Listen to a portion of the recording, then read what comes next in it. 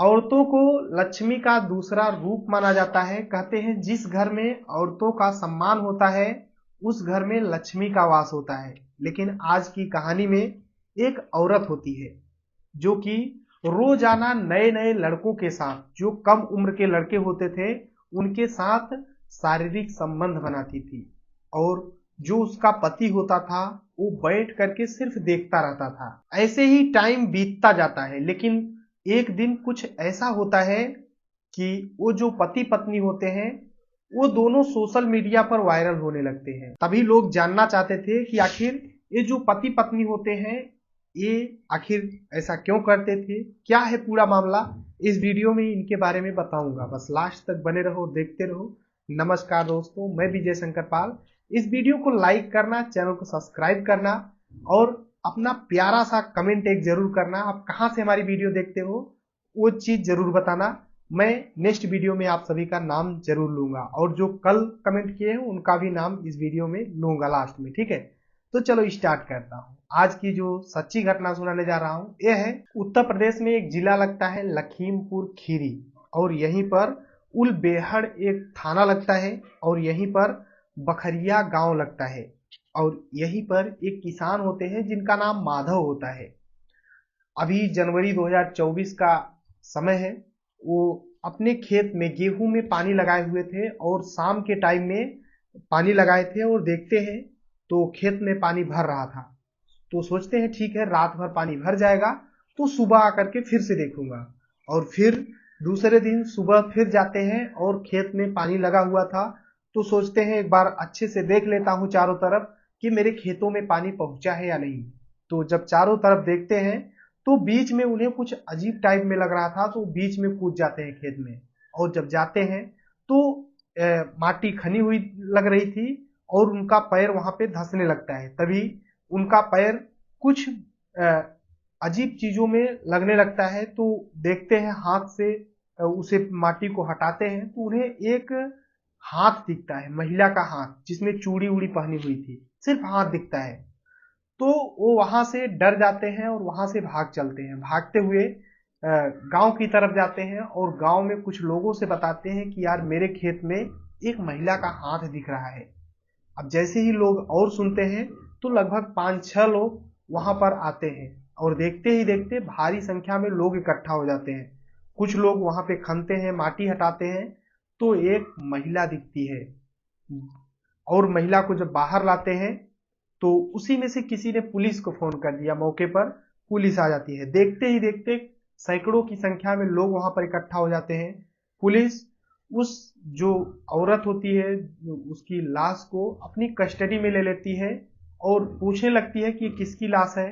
तभी एक व्यक्ति आता है और बोलता है साहब मेरा नाम राधे श्याम है और एक मेरी पत्नी कृतिका है।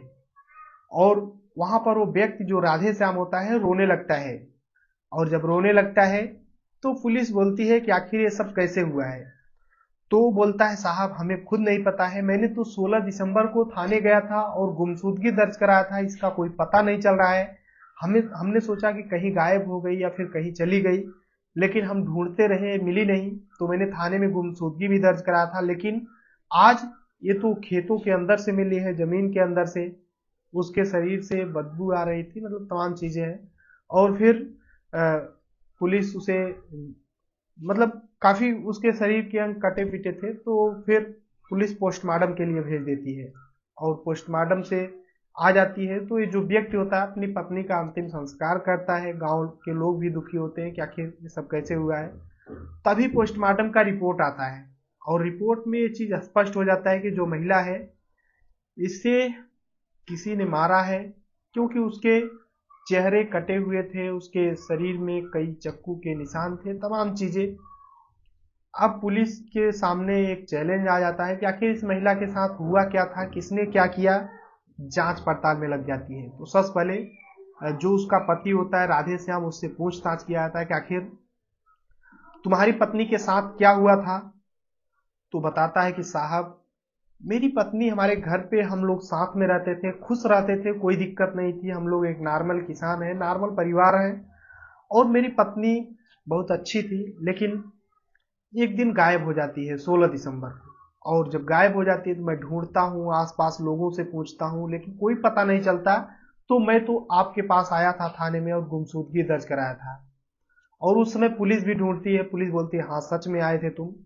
तो फिर तभी से पता नहीं चल रहा था, और आज इस तरीके से तो पुलिस भी सोचती है कि चलो ठीक है। अब आस पास लोगों से पूछा जाता है कि आखिर क्या हुआ था। तभी जो उस लड़की होती है कृतिका, उसका भाई आता है उस थाने में, और वो बताता है कि साहब, मेरी बहन को मारने वाला कोई और नहीं बल्कि मेरी बहन का पति राधे श्याम हो सकता है, क्योंकि इससे बहुत ज्यादा झगड़ा होता था मेरी बहन से। तो पुलिस को अब जो डाउट था राधे श्याम पे टिक जाता है, राधे श्याम से फिर से थाने ले आती है और इससे पूछताछ करती है।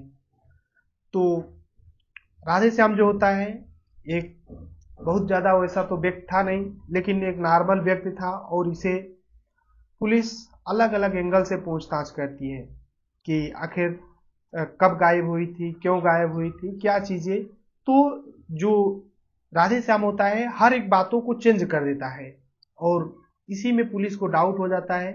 और फिर राधे श्याम के जो हाथ हैं ऑटोमेटिक कांपने लगते हैं, और फिर पुलिस उससे सख्ती से जब पेश आती है तो वो डर जाता है और बोलता है साहब, मैंने ही अपने पत्नी को इस दुनिया से हटाया है।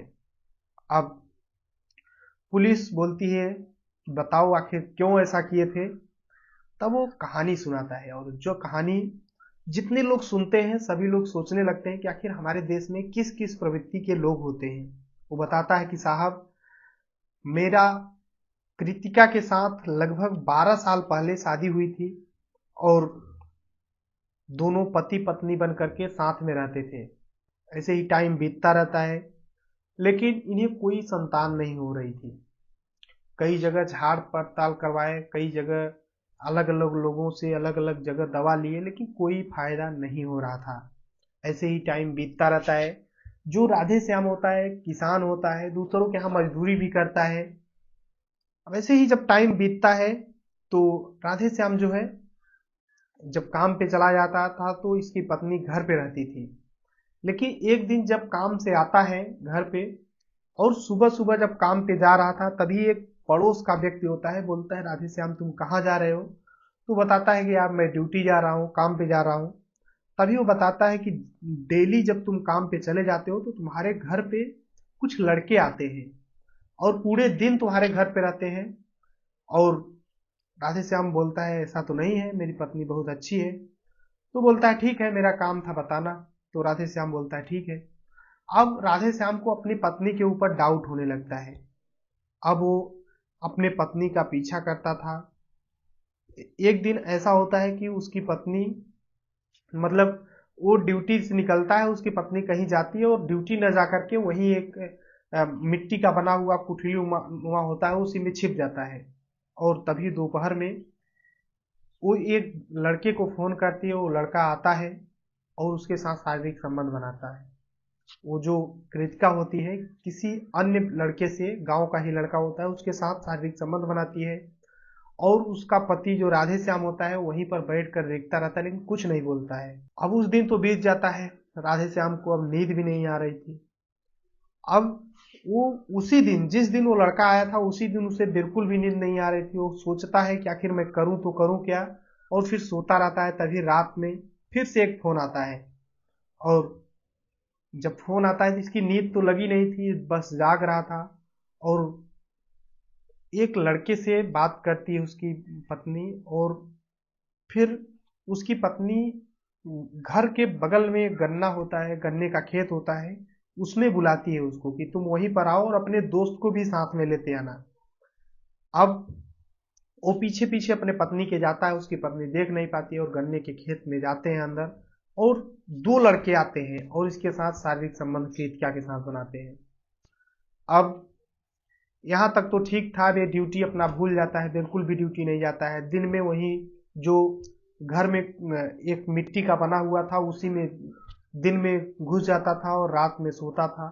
उसे बिल्कुल भी न तो भूख लग रही थी, न तो नींद आ रही थी। उसे कुछ समझ नहीं आ रहा था कि आखिर मैं अब करूं तो करूं क्या, कहूं तो कहूं कैसे अपने पत्नी से कि तुम ऐसा क्यों कर रही हो। अब तभी दिन में एक दो लोग आते थे, कभी दो लड़के आते, कभी एक लड़के आते, रात में फिर ये जाती थी गन्ने के खेत में। ऐसे ही टाइम बीतता रहता है, 2 दिन, 4 दिन, 6 दिन। वो परेशान होने लगता है, बिल्कुल भी उसे भूख लगती नहीं थी, थोड़ा बहुत खाता था। अब एक दिन अपने पत्नी से बोलता है कि देखो तुम, हमें लगता है कि अलग अलग लोगों से बात करती हो और बुलाती हो। तो उसकी पत्नी बोलती है आप मेरे ऊपर डाउट मत करो, ऐसा कुछ नहीं है। लेकिन एक दिन उसकी पत्नी फिर से जब दिन में घर से जाती है, और उस दिन वो घर पे होता है, उसकी पत्नी जाती है और कुछ देर बाद आती है, तो उसका पति बोलता है कहाँ गई थी, तो बताती है उसकी पत्नी कि मैं ब्यूटी पार्लर गई थी, जबकि ऐसा कुछ नहीं था, वो अपने आशिकों से मिलने गई थी। लेकिन एक दिन फिर से दिन में ये वहीं कुठुली में बैठा होता है और दो लड़के आते हैं और उसके साथ शारीरिक संबंध बनाते हैं एक एक करके, और ये एक वीडियो बना लेता है। और फिर शाम को उसकी पत्नी सोचती है मेरे पति ड्यूटी गए हैं, और ये आता है और फिर अपने पत्नी से बोलता है कि तुम कहाँ पर थी, तो उसकी पत्नी बताती है मैं तो घर पे ही थी। तभी दोनों में बहस होता है और उसकी पत्नी बोलती है कि मैं किसी से कोई गलत काम नहीं करती हूँ, मैं सिर्फ आपका इंतजार करती रहती हूँ दिन भर। तो उसका पति वही वीडियो दिखा देता है कि ये वीडियो देखो तुम क्या कर रही थी, मैंने पूरा वीडियो बना रखा है। तो उसकी पत्नी डर जाती है और दोनों में झगड़ा होने लगता है। उसके पहले भी राधे श्याम अपनी पत्नी को इशारों इशारों में बहुत कुछ समझाया था कि देखो गलत काम नहीं करना चाहिए, दूसरों अपने पति के साथ धोखा नहीं देना चाहिए, तमाम चीजें राधे श्याम अपनी पत्नी को समझाया था। लेकिन उसकी पत्नी समझने का नाम नहीं ले रही थी। और उस दिन लगभग 15 दिसंबर की बात होती है, 15 दिसंबर 2023 की। उस दिन वो पूरी तरह से थक चुका था अपने पत्नी को समझा करके, और उस दिन वो अपने पत्नी को सिर्फ समझा, पहले तो झगड़ा करता है, बहसबाजी करता है, उसकी पत्नी भी बहस करती है। और तभी मार्केट गया था और एक चक्कू लाया था और अपने पत्नी के मुंह पे मारता है और बोलता है ले इसी खूबसूरती के दम पर तुम अलग अलग लोगों को बुलाती हो, ले आज से तुम्हारी खूबसूरती खत्म। और फिर उसकी हाथों में चला देता है अलग अलग जगह पे, और उसकी पत्नी वहीं पर इस दुनिया को छोड़कर चली जाती है। दिन का टाइम होता है और 15 लगभग 15 तारीख होता है और 15 दिसंबर को। और फिर उसकी डेड बॉडी को एक अलग कोने में रख देता है, और जैसे ही रात हो जाती है एक माधव नाम के किसान होते हैं, उनके खेत में ले जा करके गाड़ देता है। लेकिन यही जनवरी की बात होती है जब माधव अपने खेतों में पानी लगा रहे थे, तो उसकी लाश को देखते हैं और गांव के लोगों को बताते हैं। और जैसे ही गांव के लोग आते हैं, पुलिस आती है, और फिर पूरा मामला मैंने बताया कि ये अभी पुलिस के हिरासत में है, पुलिस इसको पकड़ ली है। बाकी जो राधे श्याम ने, उसकी पत्नी ने तो गलत किया ही था, लेकिन राधे श्याम ने भी गलत कर दिया। हम किसी को जीव दे नहीं सकते, तो किसी का लेने का अधिकार मेरा नहीं है। तो कुल मिलाकर के इसने गलत किया है और इसे सजा जरूर मिलेगी। पुलिस का कहना है कि अभी हम लोग सबूत और इकट्ठा कर रहे हैं और इसे कड़ी से कड़ी सजा देंगे। ये चाहता तो अपनी पत्नी को और माध्यम से, अलग अलग माध्यम से इसे सुधार सकता था, या फिर ज्यादा परेशान करती थी उसकी पत्नी तो उसे तलाक भी दे सकता था। लेकिन इसने जो किया वो वाकई में गलत किया। उसकी पत्नी तो इस दुनिया से गई ही, अपनी भी जिंदगी को सलाखों के पीछे जाने के लिए मजबूर कर दिया है। बाकी ये पूरी कहानी सुनाने का उद्देश्य किसी को परेशान करना है, दुख पहुंचाना है, बल्कि आप सभी को जागरूक करना है। जहां भी रहें अपना और अपनों का ख्याल रखें।